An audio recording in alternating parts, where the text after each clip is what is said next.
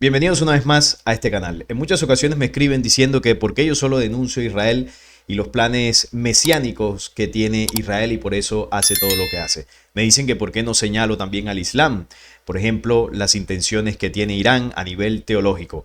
Bueno, en este programa vamos a hablar de las intenciones detrás del mundo musulmán y en este caso, bueno, en el contexto de lo que está ocurriendo, las intenciones religiosas detrás de Irán. Ya yo hablé del origen de este conflicto en un video anterior, pero vamos a hablar de las intenciones mesiánicas también del mundo musulmán. Como lo he mencionado en otras ocasiones, dentro del Islam hay dos corrientes fundamentales y son los musulmanes suníes y los chiíes.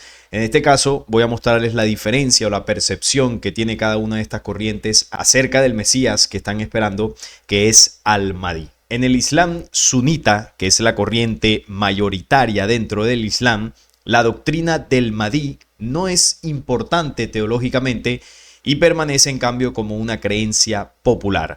Los suníes creen que el Mahdi nacerá en los últimos tiempos, por lo que, a diferencia de los chiíes, no admiten que ningún personaje histórico haya podido ser el Mahdi.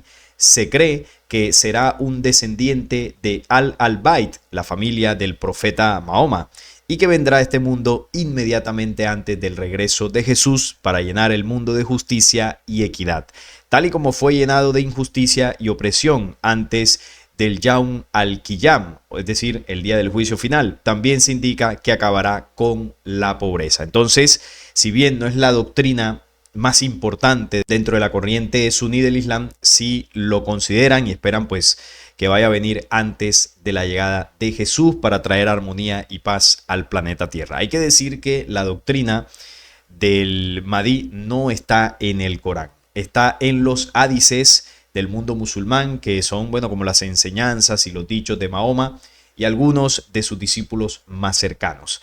Así que no está en el Corán como tal. Por otro lado está la doctrina acerca del Mahdi por parte de los chiíes, que esta es la corriente minoritaria del Islam, pero a pesar de ser la minoritaria es la más fundamentalista. Entre los chiíes imamíes o duodécimos, que ahora vamos a hablar que son los imamíes o duodécimos, que es una corriente dentro de la corriente chií del Islam. Digamos que los duodécimos o los duodecimanos vendría siendo la facción más fundamentalista de esta corriente chií del Islam. El símbolo del Mahdi dentro de esta corriente se convirtió en una idea poderosa y central combinada con la figura del último de los 12 imanes, probablemente a raíz del estatus minoritario de la comunidad y su sentimiento de ser víctimas de persecuciones e injusticias. Es decir, al ser la corriente más perseguida, más minoritaria, pues reforzaron más esta idea de que vendría un salvador para entregarles el poder mundial. Dentro de la corriente chií, la doctrina de Al-Mahdi sí es central, no siendo así para los suníes, como lo vimos hace un momento. Así que ellos creen firmemente en esto, incluso se dedican, ¿no?, durante su vida a esperar la llegada de este personaje, incluso a prepararlo.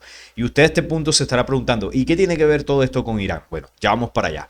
Entre los imamíes se empezaron a crear listas sobre las cualidades que debía tener Al-Mahdi, que incluían de que su nombre debía ser Muhammad, descender del profeta Mahoma, en esto coinciden con los suníes, el modo de su aparición, la extensión de su gobierno, que serían principalmente 7 años, y su misión de restaurar la justicia en la tierra.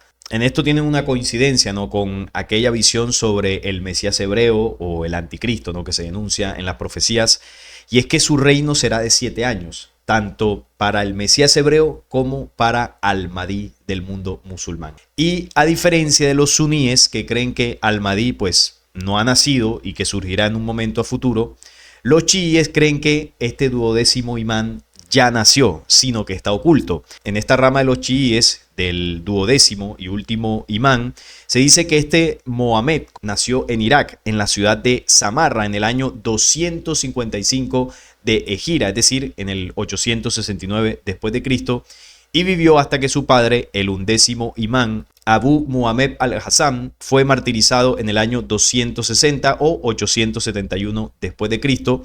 En ese momento, siendo un niño, las pocas personas que lo pudieron conocer alegaron que había desaparecido o se había ocultado. Según los imanes, vive desde entonces oculto y en el futuro volverá al mundo como redentor. O sea que este personaje ya habría nacido en el 869 después de Cristo.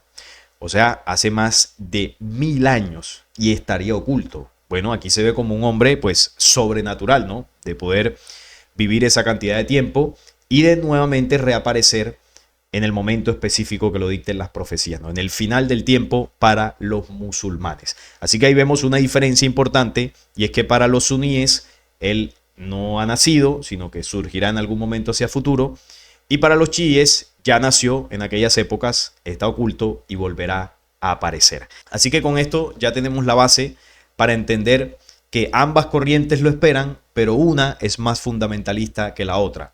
Tiene esta idea como un eje central de su doctrina, me estoy refiriendo a los chiitas. Y dentro de los chiitas está una facción que son los duodecimanos, que son los más fervientes creyentes en esta idea. Creen que los 12 imanes son los sucesores espirituales y políticos del legítimo profeta islámico Mahoma.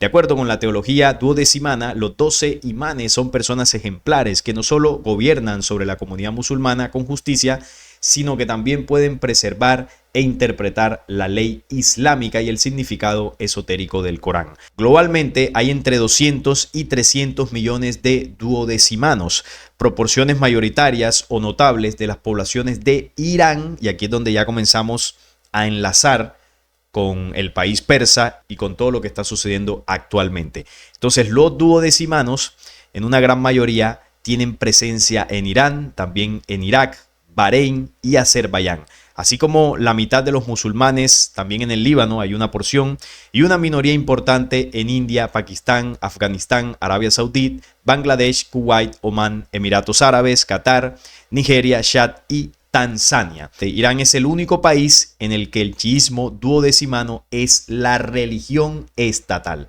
Entonces aquí hay que comenzar a atar cabos.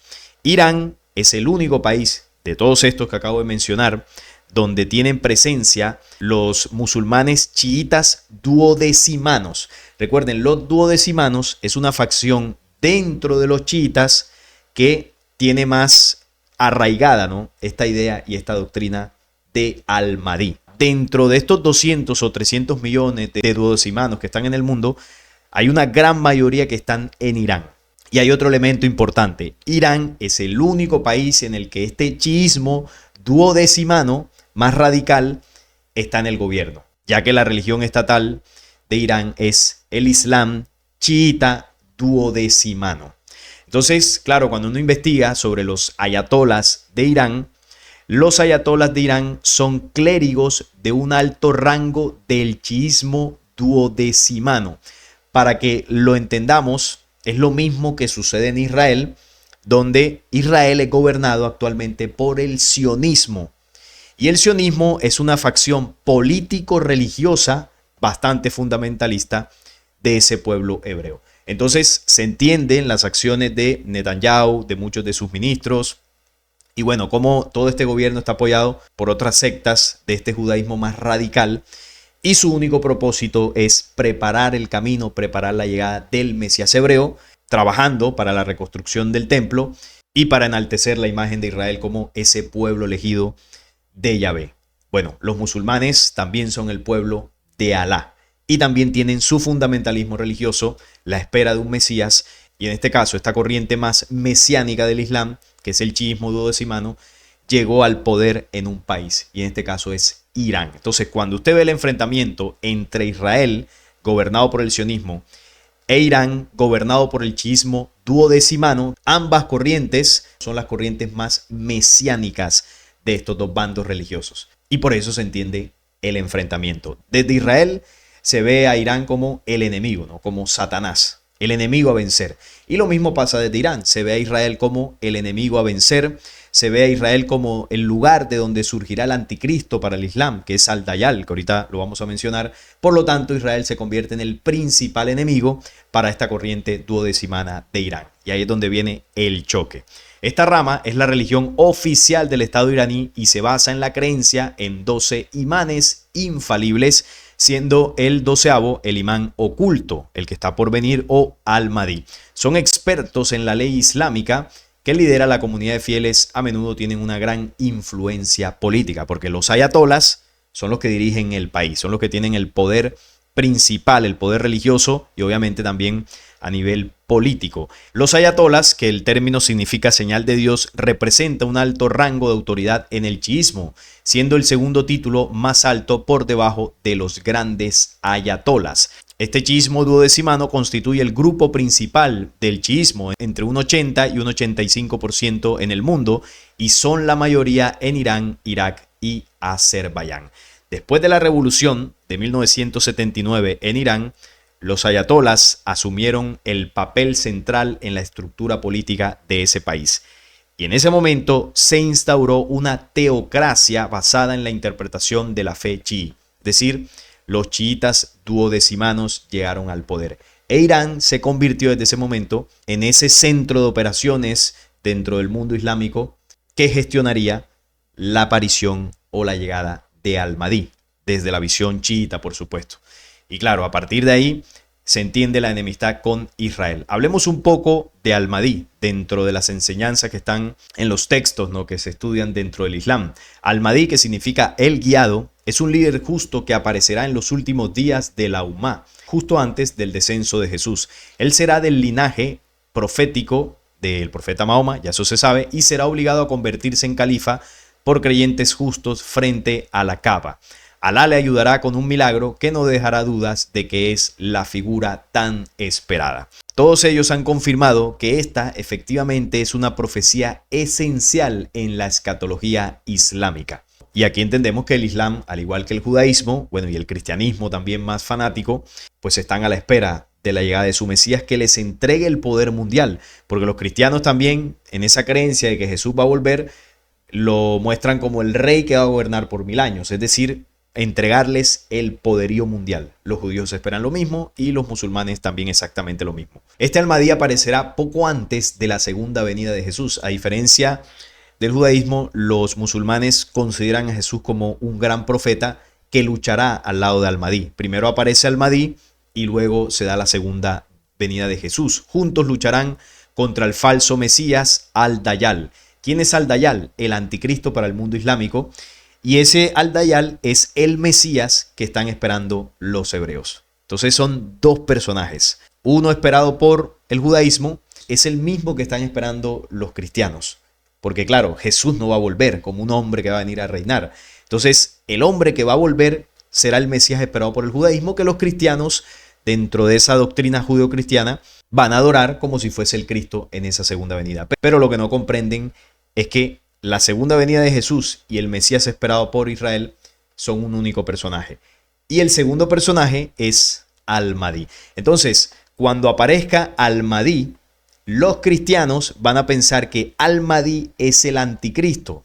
Y resulta que el anticristo es tanto el Mesías que están adorando, que será el mismo de Israel, como Al-Mahdi de la teología islámica. Entonces serían como dos anticristos, pero son dos representantes totalmente oscuros de las dos grandes religiones creadas por los Elohim desde el pasado. Estos dos pueblos que han batallado por la división que generaron estos falsos dioses en la antigüedad y que en torno a esta doctrina de falsa espiritualidad se crearon dos corrientes principales, judaísmo e islam. Y en medio de esto pues está el cristianismo, pero el cristianismo ha sido utilizado por el judaísmo para precisamente apoyar de manera indirecta la venida del Mesías hebreo. El cristianismo fue creado al final por el mismo poder hebreo en el mundo.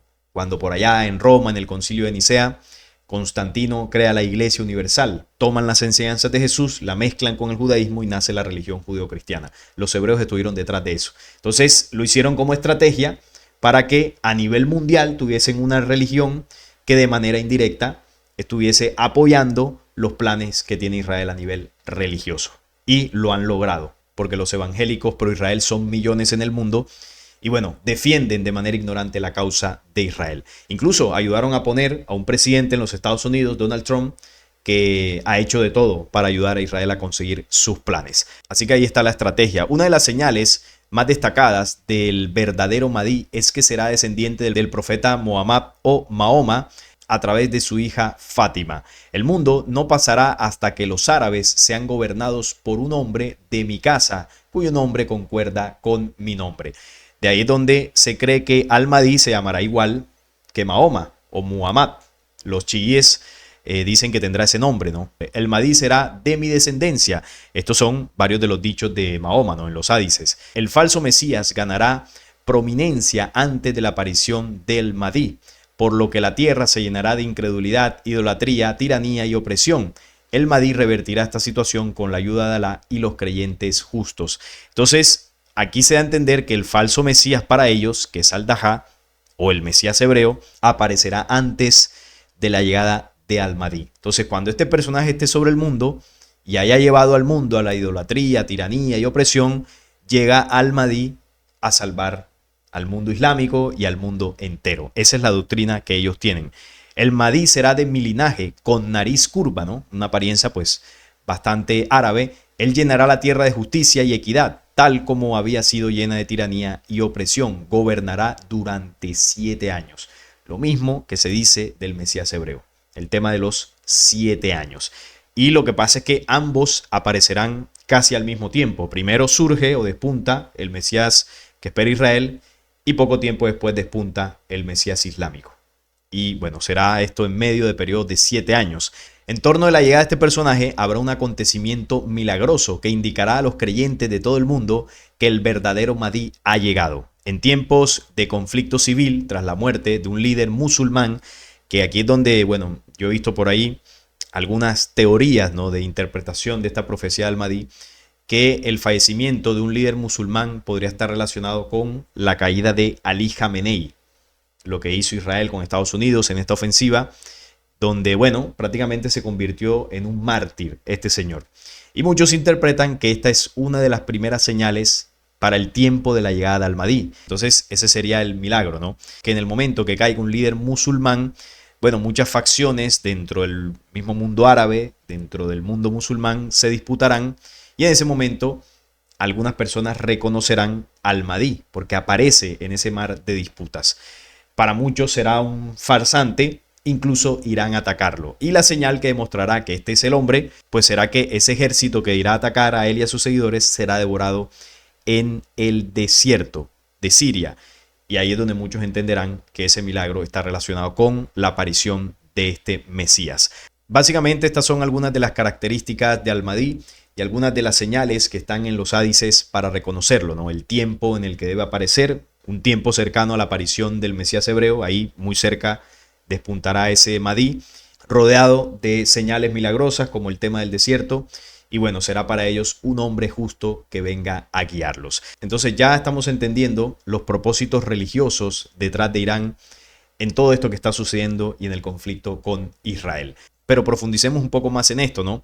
Dentro de esta visión escatológica detrás del odio de Irán hacia Israel. Un conflicto mesiánico chií. No se reconoce a nivel mundial que este conflicto contra Israel no es solo una lucha política, sino un conflicto religioso arraigado en toda esta doctrina. Porque claro, muchos dicen, Irán son los pobrecitos, miren que Israel es el malo de toda esta película. Y sí, si tenemos que hablar aquí de el más perverso, ha sido Israel históricamente. De eso no cabe duda. De hecho, por eso yo en este canal denuncio más ese poder oculto que representa Israel en el mundo. Porque la misma profecía denuncia más a Israel que a la misma corriente islámica o a Irán. Pero también lo denuncia. Lo que hacemos en este video es mostrar también esos planes que están detrás del mundo musulmán. En el centro de las agresiones de Irán se encuentra una situación profundamente arraigada a la visión apocalíptica, atado a la doctrina de los 12 imanes. La ideología oficial de la República Islámica. Esta visión impulsa a los líderes de Irán a librar un conflicto no solo contra un Estado, sino contra todo un símbolo teológico. El símbolo es Israel. Para Irán, la destrucción de Israel no es solo un objetivo político, sino un requisito divino, un paso hacia el cumplimiento de su destino escatológico. Entonces, cuando desde Israel se dice que el objetivo teológico de Irán es la desaparición de Israel, eso es verdad, porque están hablando de los principios religiosos que tiene Irán y bueno, y parte del mundo árabe que practica esta doctrina. Eso es una realidad, pero también es una realidad que Israel quiere hacer lo mismo contra el mundo árabe. Quiere destruir a los enemigos de su plan divino, ¿no? que es la traída de su Mesías y el tercer templo. Entonces, ambos pueblos, ambas facciones tienen las mismas motivaciones religiosas. Por eso es una guerra sin fin. Los dirigentes iraníes se consideran divinamente elegidos, son los ayatolas, ¿no?, para preparar el mundo hacia el regreso de Al-Mahdi, el 12º imán que surgirá para establecer la justicia global. Según esta creencia, el caos global, el derramamiento de sangre y la derrota de enemigos percibidos, principalmente Israel, son condiciones necesarias para el regreso del Mahdi. O sea que para Irán, dentro de esa teología chiita duodecimana, hay un objetivo central y es borrar a Israel. Como desde el lado de Israel, un objetivo central es borrar a Irán. Aquí no es ponerse del lado de Israel o del lado de Irán. Pobrecitos los ayatolas. No, no, no. Esta gente son iguales, solo que tienen formas de ejecución distintas. Y claro, la diferencia también a nivel teológico es que Israel se sienten los elegidos. Entonces, claro, son más fundamentalistas en ciertos aspectos. Irán está tranquilo con destruir a Israel. Israel no solamente está tranquilo con destruir a Irán. Israel quiere gobernar el mundo entero y destruir a las naciones que se lo opongan. Es decir, son más peligrosos, pero las motivaciones de Irán son parecidas. En el centro de esta visión escatológica está la creencia chií de los duodecimanes, que también es conocido como el regreso del Mahdi. Los clérigos iraníes predican esta doctrina y dicen que su papel es acelerar el regreso de Al-Mahdi, creando las condiciones predichas en la profecía. ¿Cuál es una de las condiciones? Borrar a Israel. A diferencia de otras tradiciones religiosas donde la paz y la armonía traen salvación, la escatología chií duodecimana exige pues conflicto, agitación y derrota de los supuestos enemigos del Islam. En esta narrativa, Israel es el obstáculo. En la narrativa israelí, Irán es el obstáculo. Se entiende, ¿no?, qué es lo que está en juego aquí. Y en estas dos visiones, el enemigo lo que hace es retrasar la aparición de cada uno de los Mesías. Irán retrasa la venida del Mesías hebreo, la reconstrucción del templo, y para los musulmanes, Israel retrasa la venida de Al-Mahdi. Los líderes iraníes amplifican creencias escalofriantes como la afirmación de que el Mahdi no surgirá hasta que, el último vestigio del pueblo hebreo sea borrado. Aunque no tiene sus raíces en el Corán, el régimen ha utilizado esta narrativa como arma para movilizar a su pueblo y sus representantes en una campaña en contra del pueblo elegido por Yahvé. El ayatolá Jomenei, fundador de la República Islámica, consolidó el papel mesiánico de Irán al declarar a Irán como la vanguardia del Mahdi, la nación encargada de preparar el mundo para su regreso. Y ahí es donde empieza la revolución y el rompimiento total de las relaciones de Irán con Estados Unidos e Israel. ¿Por qué? Por estos principios